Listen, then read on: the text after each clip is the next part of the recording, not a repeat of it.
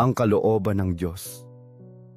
Tulad ng mga sinag na yon, ay isang walang hanggang regalo na ibinubuhos sa atin, na nagbibigay sa atin ng pagkakataong maging bahagi ng isang bagay na mas malaki kaysa sa ating mga sarili.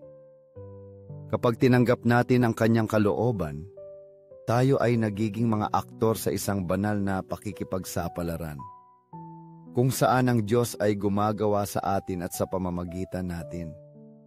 Kaya hinahaplos niya ang mga buhay, binabago ang iyong mga puso, at ginagawa tayong mga instrumento ng kanyang pag-ibig sa mundo. Itanong ko sa iyo, Jesus, paano makikilala ang pagkakaiba sa pagitan ng dalawang landas na ito? Paano malalaman kung ano ang landas na nais mo para sa akin? Ang sagot ay nasa ating puso, sa ating kahandaang magbukas sa iyo, sa ating pananampalataya. Kapag pinili nating gawin ang iyong kalooban, nararamdaman nating nababalot tayo sa isang hindi maipaliwanag na kapayapaan. Sa isang pag-ibig na nag-aangat sa atin, na pumupuno sa atin, at gumagabay sa atin tungo sa kaganapan ng ating pag-iral. Jesus, gusto kong sundin ang iyong landas, ang landas na inihanda mo para sa akin. Naway ang aking buhay ay palaging maging refleksyon ng iyong liwanag. At naway sa bawat hakbang na aking gawin, madama ko ang buhay na presensya ng iyong pag-ibig sa aking pagkatao. Naway ang oras na ito ng panalangin, kahit maikli, ay maging isang sandali kung saan ang aking kaluluwa ay ganap na magbubukas sa iyong kalooban. Nagtitiwala ako na lahat ng nangyayari, kahit hindi ko nauunawaan, ay nasa iyong mga kamay. Ang tinig na iyon, napakalambot at makapangyarihan, ay tumatawag sa iyo upang makinig sa kaibuturan ng iyong pagkatao. Ito ang tinig na nagsasalita sa iyo sa ngalan ng Diyos, na nag-aanyaya sa iyo na harapin ng may tapang at pag-asa ang pinakamahirap na sitwasyon na inihaharap sa iyo ng buhay. Makinig ng malalim sa katahimikan, dahil nasa tahimik na espasyong iyon, kung saan nakakatagpo ng kaluluwa ang katotohanan. Huwag hayaan na ang ingay ng mundo ay patayin ang tinig na iyon. Huwag hayaan na ang mga pagdududa o takot ay patahimikin ito. Ang tinig na iyon ay nasa iyo. Mayroon tayong lahat. Dahil ito ay isang regalo mula sa Diyos. Isang mahalagang kayamanan na dala natin sa ating mga puso. Ito ang tinig ng iyong konsensya. Ito ang tinig na nagsasalita sa iyo ng may pagmamahal, ng may karunungan, na gumagabay sa iyo tungo sa liwanag, tungo sa pinakadalisay at pinakatotoo. Ito ang tinig ng Diyos na hindi kailanman tumitigil sa pagbulong sa iyo, sa kaibuturan ng iyong kaluluwa, na tumatawag sa iyo na lumakad sa kanyang pag-ibig upang yakapin ang kanyang kapayapaan.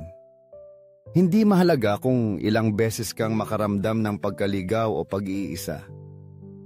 Ang tinig na iyon ay palaging naroroon. Bumubulong sa iyo ng malambing. Nagpapaalala sa iyo kung sino ka talaga at kung saan ka dapat pumunta. Sundin mo ito. Sundin ang tinig na iyon na nagdadala sa iyo sa langit, na nag-aangat sa iyo sa itaas ng iyong mga takot at pagdududa.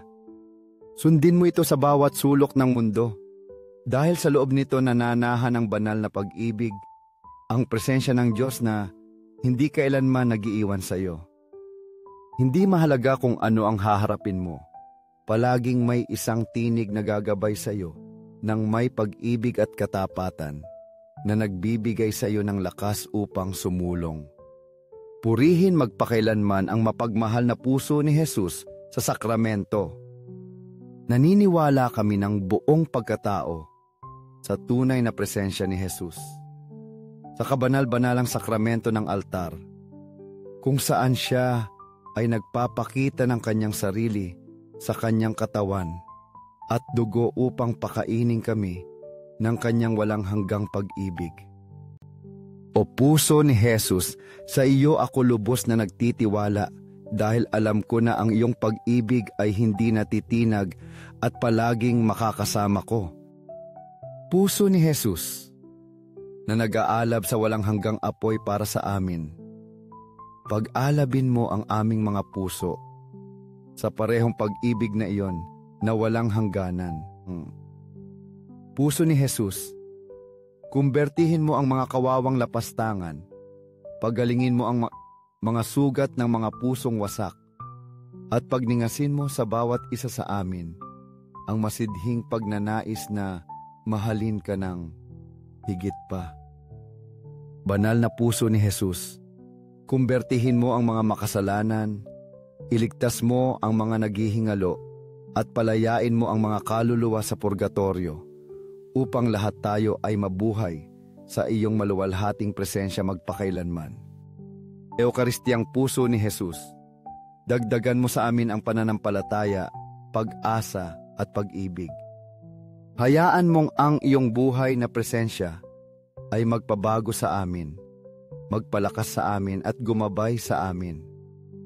Kabanal-banalang puso ni Jesus, maawa ka sa amin, mahabag ka sa aming mga kahinaan at pagkakamali, at gawin mong palagi naming hanapin ang iyong kalooban, higit sa lahat. Matamis na puso ni Jesus, maging ikaw ang aking pag-ibig, aking kanlungan, aking lahat. Matamis na puso ni Jesus, maawa ka sa amin at sa aming mga kapatid na nangangailangan, sa mga naliligaw, nag-iisa o nagdurusa. Matamis na puso ng aking Jesus, gawin mong mahalin kita palagi, nang higit pa, naway ang iyong pag-ibig ang maging ilaw na nagliliwanag sa aking mga araw at gabi. Kabanal-banalang sakramento ng altar, ako ay naniniwala, ako ay sumasamba, ako ay umaasa at mahal kita.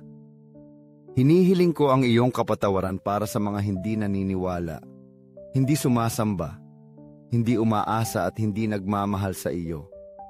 Naway ang iyong awa, Panginoon, ay umabot sa kanila at ibuhos sa kanila tulad ng isang ilog ng walang hanggang kapayapaan.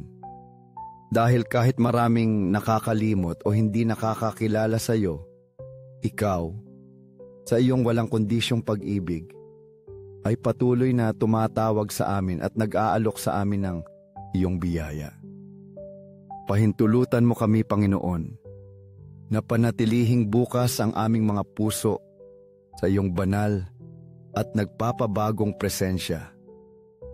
Sa langit at sa lupa, purihin magpakailanman ang mapagmahal na puso ni Jesus sa sakramento. Pinupuri at pinagpapala ka namin, Panginoong Jesus, para sa iyong ganap na pagbibigay sa bawat hostiyang konsagrado. Ang iyong sakripisyo, Panginoon, ay ang ilaw na nagliliwanag sa aming buhay, na gumagabay sa amin sa kadiliman ng mundong ito. Sinasamba at pinasasalamatan ka namin dahil sa misteryong ito ng walang hanggang pag-ibig. Ikaw ay naroroon, nagbibigay sa amin ng pag-asa at kaaliwan. Naway ang aming pananampalataya sa iyo ay lumago araw-araw, at naway maipakita namin ang iyong liwanag sa bawat aksyon, pag-iisip at salita. Sa langit at sa lupa, purihin magpakailanman ang mapagmahal na puso ni Jesus sa sakramento. Naway ang gawaing ito ng pagsamba ay dumami sa bawat sulok ng mundo.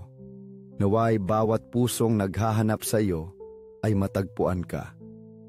Tinatawagan ka namin, Jesus Sakramentado, upang ang iyong pagpapala ay ibuhos sa lahat ng aming mga mahal sa buhay, sa buong mundo, sa mga nagdurusa at sa mga hindi nakakakilala sa iyo. Naway mabuhay kami araw-araw na may pusong puno ng pasasalamat at pag-ibig sa iyo. Palaging kinikilala ang iyong tunay at buhay na presensya sa sakramento ng altar. Sa langit at sa lupa, purihin magpakailanman ang mapagmahal na puso ni Jesus sa sakramento. Amen, Panginoon! Naway ang iyong liwanag ay gumabay at magpalakas sa amin. Amen.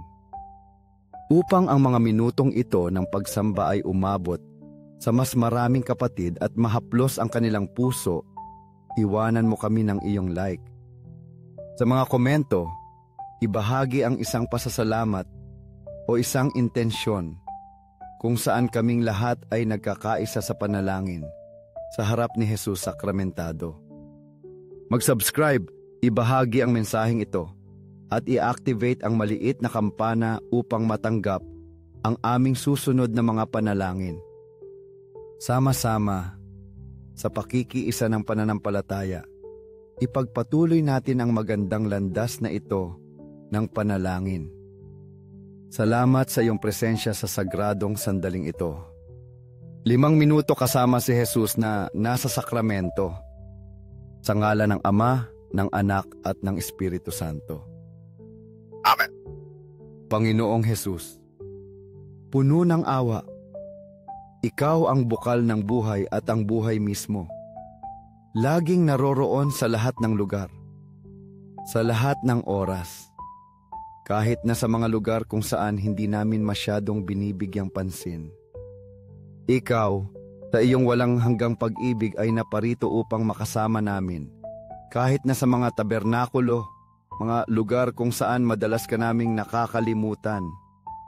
Ngunit, kahit napakiramdam namin ay pinabayaan kami, ikaw ay laging naghihintay sa amin, naghihintay sa mga pusong nananabik sa iyong pag-ibig, sa mga nangangailangan ng kapatawaran at ang walang hanggang liwanag ng iyong presensya. Panginoong Jesus, ikaw ang banal. Laging nakabukas ang mga bisig upang tanggapin kami, mga mahihinang nilalang, puno ng kasalanan at uhaw na makahanap ng kapayapaan sa iyong pag-ibig. Nararamdaman ko ng malalim ang iyong walang pasubaling pag-ibig at iniaalay ko sa iyo ang buo kong pananampalataya, pag-asa at debosyon. Panginoon, tulungan mo akong mahalin ka ng higit araw-araw upang ang aking puso ay hindi kailanman tumigil sa pagliyab sa pag-ibig para sa iyo. Hesukristo, ikaw na walang hanggang pag-ibig, kapag dumadalaw ako sa iyo sa tabernakulo, nakadarama ako ng walang katapusang kapayapaan at kagalakan. Tuwing umuupo ako sa tabi mo, binabalot mo ako sa iyong mga bisig, nadarama ang init, katahimikan at lakas na ikaw lamang ang makapagbibigay sa akin.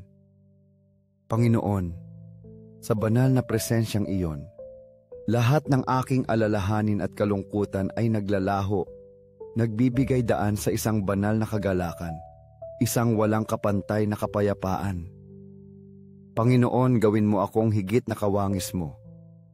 Nasa paglabas ko rito, madala ko ang iyong kapayapaan at iyong pag-ibig sa bawat hakbang ng aking buhay, na ipinapalaganap ang pag-ibig na iyon sa lahat ng nakapaligid sa akin. Tuwing dumadalaw ako sa iyo sa tabernakulo, hindi ko nalilimutang magdala ng mga banal na aklat. Ang mga aklat na ito ay tumutulong sa akin na maunawaan ang higit patungkol sa iyong walang hanggang pag-ibig. At kasabay nito, nagbibigay sila sa akin ng kaaliwan, aral at motibasyon upang mabuhay ayon sa iyong kalooban. Gusto kong ibahagi sa iyo ang mga aklat na sa tingin ko ay magpapayaman sa iyong espiritual na buhay. Ang mga aklat na ito ay hindi lamang magpapataas ng iyong kaalaman tungkol sa Diyos, ngunit papayagan ka rin nilang madama ang kanyang pag-ibig ng mas malalim na binubuksan ang iyong puso at kaluluwa. Maaari mo silang matagpuan sa mga tindahan ng aklat na Katoliko o humingi ng mga mungkahi sa mga pari at relihiyoso.